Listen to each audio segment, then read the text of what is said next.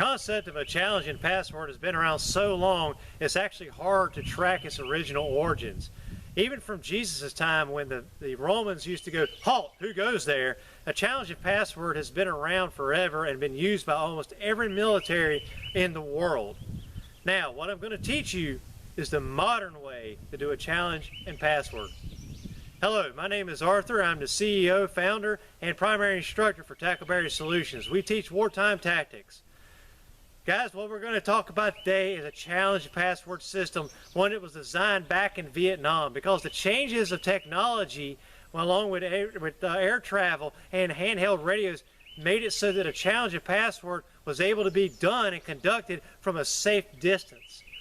In essence, the guys that were protecting FOBs, their forward operating bases in Vietnam, were to the point that they were literally engaging anything they didn't know that was approaching the FOB in an aggressive or hostile manner. So if you were coming towards their FOB with a weapon, they automatically engaged you. That's why the guys in the area, the locals that needed help from the FOB, would approach in ones and twos like this with their hands up, showing that there was no aggression, and they would do so in the daylight. Unfortunately, guys at nighttime that were conducting patrols would have to identify themselves in a different manner so that they could safely approach without being engaged by their own forces.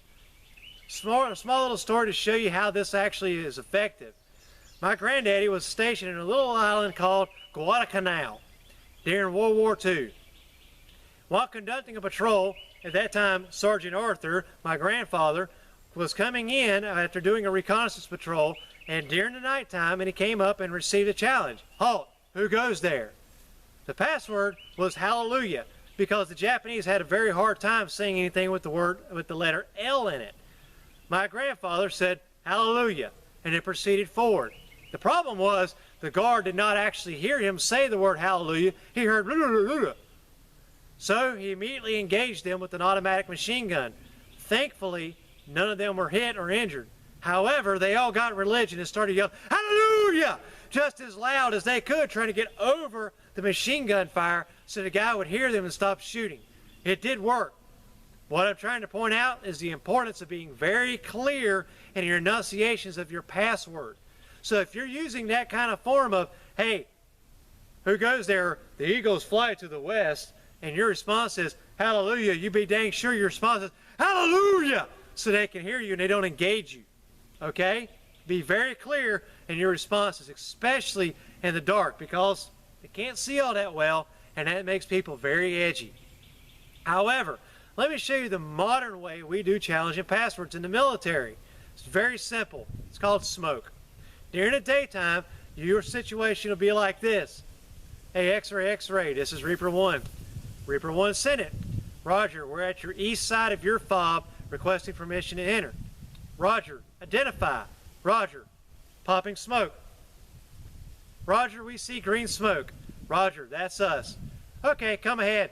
Tango Mike, inbound, Reaper 1 out." Now what just happened? What I just said was I called them because I know their call sign. They're friendly. Their call sign, they're an X-ray element, so I got their frequency and their call sign on my radio. "Hey, X-ray, this is Reaper 1.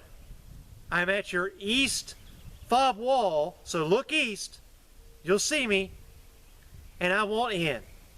Okay? Well, identify yourself. Confirm you are who you say you are, and you're not some jackleg that just managed to get my radio frequency.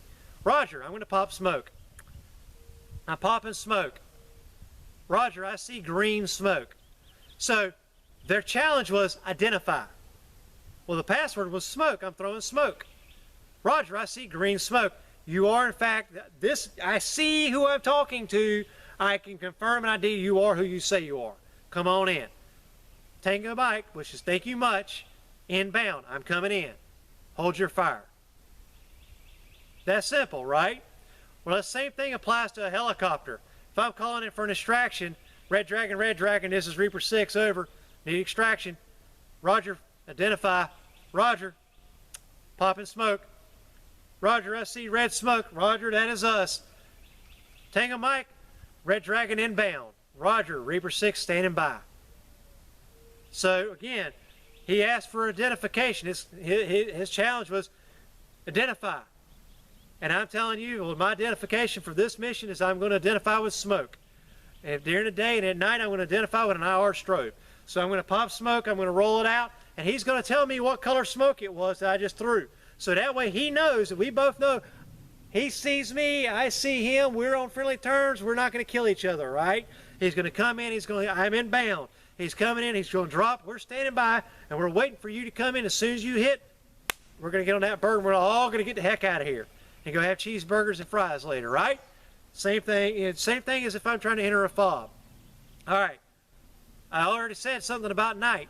You ain't going to see the smoke at night, right? It's going to be kind of difficult to see the smoke. You definitely are not going to identify the color. So I'm going to use an IR strobe. These guys got nods, right?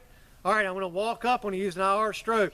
So I'm coming up, hey, X-ray or Red Dragon, this is Reaper 6, Reaper 1, whoever I'm needing an extraction, or I want in the fob. I'm looking to your east. Roger, I got you. Okay, I want in. We'll identify. Roger, identifying. I see an IR strobe. Roger, that's us. Okay, come on in. Or identify, Red Dragon talking to Reaper. Identify. Roger, Red Dragon, I'm identifying. Roger, we see an IR strobe over one person's head. Roger, that is me. Tango Mike, we're inbound. So I'm using that IR strobe. That IR cannot be seen by the naked eye unless you're doing like this. But it can be seen with those nods on like it's a freaking Christmas tree in the dark. So that's how we identify at night. That is not the only way to do it. Think outside the box. There are multiple other ways to identify. Hey, I'm identifying with a freaking cigarette lighter in the dark. I'm identifying by flashing my flashlight. 1, 2, 3. Roger, I saw 3 flashes with flashlight. Roger, that's me. Put a blue lens over it. 1, 2, 3. Roger, I see a blue light. Roger, can you identify how many flashes? I saw 3 flashes. Roger, that is me. Other way. Fire. Boom, boom, boom. Roger, I heard 3 gunshots. Roger, that is me. So there's multiple other ways you can do this. Day and night, all those things still work. So daytime, a gunshot would work. Nighttime, the flashlight would work. Cigarette lighter would work at night. Especially at nighttime, a lot of your movement is going to be at night because you're using that stealth. You're using the nighttime to hide your movement. So if you're operating out at nighttime, then you start entering that fob, and you're going to cover that open area to get into your fob because your fob's got all that open area so they can see the attack coming. They're not hiding in the woods. They're hiding in a big field, preferably up on a hill. Well, you need to identify with that light at night so they don't engage you. That's the challenge and password. That's how it's done in modern day. I hope you guys can understand the overall concept of this. If you don't, please contact us, and we'll try to help clarify it a little bit more. You can always call me, and I'll try to walk you through it over the phone. Thank you very much, and y'all have a great day.